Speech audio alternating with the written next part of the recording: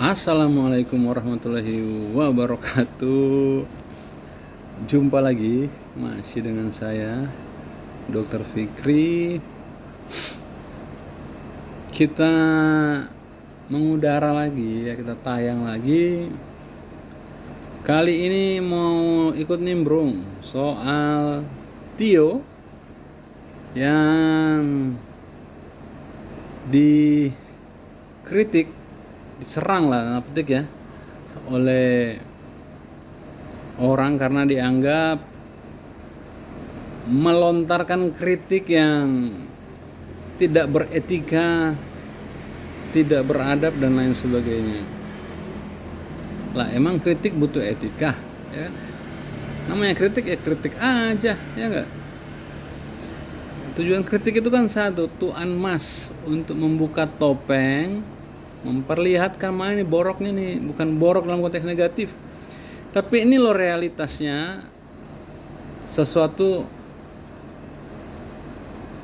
it is as it is ya kan, sesuatu sebagaimana adanya dia. Itu gunanya kritik itu, supaya orang yang dikritik tidak terpapar realitas semu.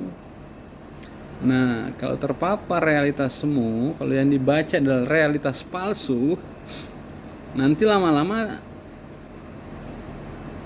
reality testing ability-nya negatif, dia nggak mampu menilai realitas yang sebenarnya. Tujuannya, efeknya atau impactnya adalah salah ambil sikap. Nah, itu kan bahaya. Jadi berterima kasihlah ke orang-orang yang mengkritik, karena itu obat, ya enggak sih? Kritik. Namanya siapa ya? Tio Ardianto. Nah ini dia, Tio Ardianto. Iya kan, dikritik oleh dua orang ya, tokoh. Satu, siapa tuh, mantan Menpora itu ya, nggak kenal kita. Dan mantan mantan menteri yang pernah masuk penjara kan ya. Itu dua yang mengkritik. Nggak tahu motivasinya apa, mau manggung lagi kali ya nggak. Nah, Tio ini ternyata dia anak aktivis, dan menariknya HMI lagi. Ini kan yang menarik, kan udah jarang nih HMI yang model kayak Tio ini, jarang banget. Ini barang langka nih di HMI. Semestinya keluarga besar HMI turut bangga, saya pun bangga lah sebagai bagian dari alumni HMI. Tapi saya bukan Kahmi ya, saya bukan Kahmi, tapi saya alumni HMI. Sebagai alumni HMI ya, sebagai alumni HMI yang bukan bagian dari Kahmi ya, sayang itu dalam konteks tertarik, terkesima, takjub. Ternyata masih ada anak HMI yang modelnya kayak Tio ini. Itu keren. Lanjut terus Dindo,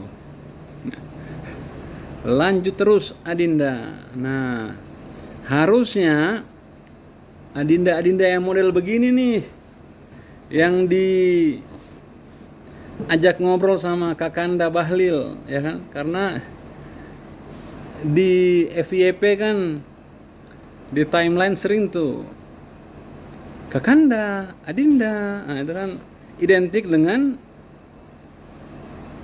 Pak Bahlil ya, MBG, Mas Bahlil ganteng.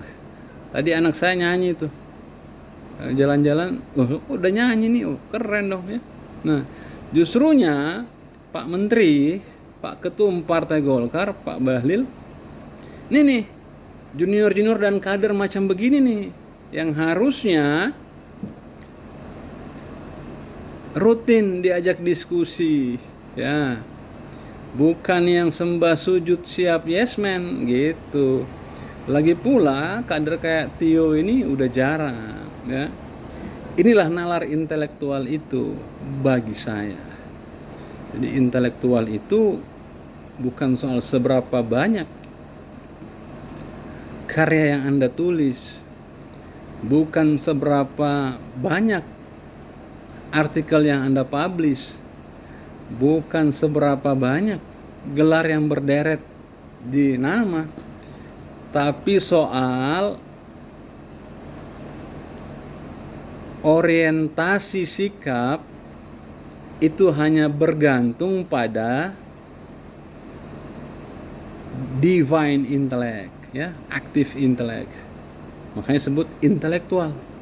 Nah, secara filosofis, intelektual itu adalah intelek yang aktual. Makanya sebut intelektual. Intelek aktual. Bagaimana intelek dari dia potensial jadi aktual? Dia hanya connect, dia hanya terikat dengan active intellect. Dan active intellect ini apa? Divine properties, divine laws. Jadi intelektual itu adalah orang yang pikiran-pikirannya, sikap-sikapnya, tindakannya hanya dipandu oleh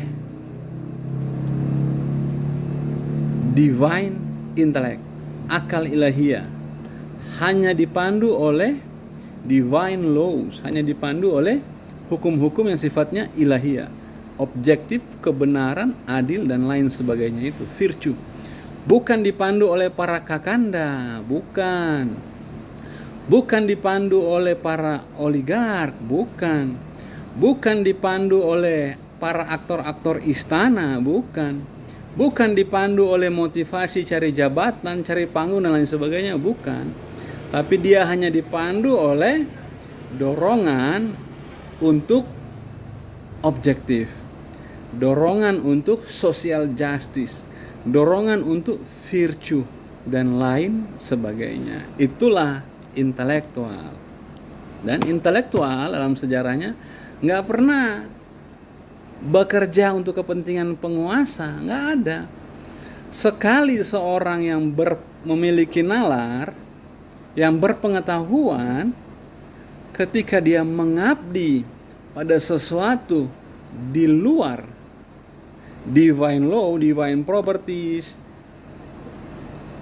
divine wisdom, ya, sekali dia mengabdi pada sesuatu selain properti-properti, kekuatan-kekuatan yang sifatnya ilahiyah, ya,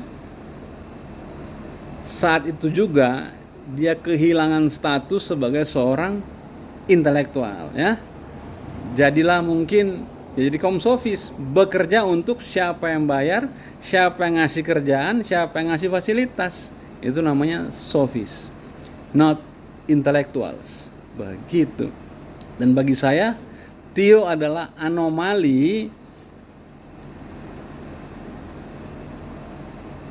pada HMI, ya, anomali dia.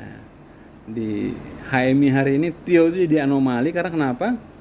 Ternyata dia berhasil setidaknya sampai hari ini tampil sebagai seorang intelektual muda yang juga kader HMI. Nah, yang adinda-adinda begini nih yang Kakanda Bahlil harus sering ajak diskusi. Seberapa pahit obat yang diberikan, karena obat itu pasti menyembuhkan. Lanjut terus adinda. Sebagai Kakanda di HMI, saya pribadi turut senang ternyata kita masih bisa berharap. Walaupun harapan itu very small, sangat kecil, tapi kalau kita pupuk terus, kita tekuni terus, someday insya Allah jadi satu gerakan yang besar. Dan untuk para pengkritik, ya, para pengkritik yang mantan Menpora itu sama satu mantan menteri yang pernah berurusan hukum itu, malu-maluin, mending nggak usah deh, ya, karena sesek banget, malu-maluin banget, nggak tahu. Yang dikritik Prabowo sebagai presiden, tapi yang tersinggungan ngebela ini, ya, siapa elu ngebela presiden? Bela aja diri sendiri dulu. Kira-kira begitu. Terima kasih. Saya Dr. Fikri, saya undur diri. Maju terus Tio. Salam.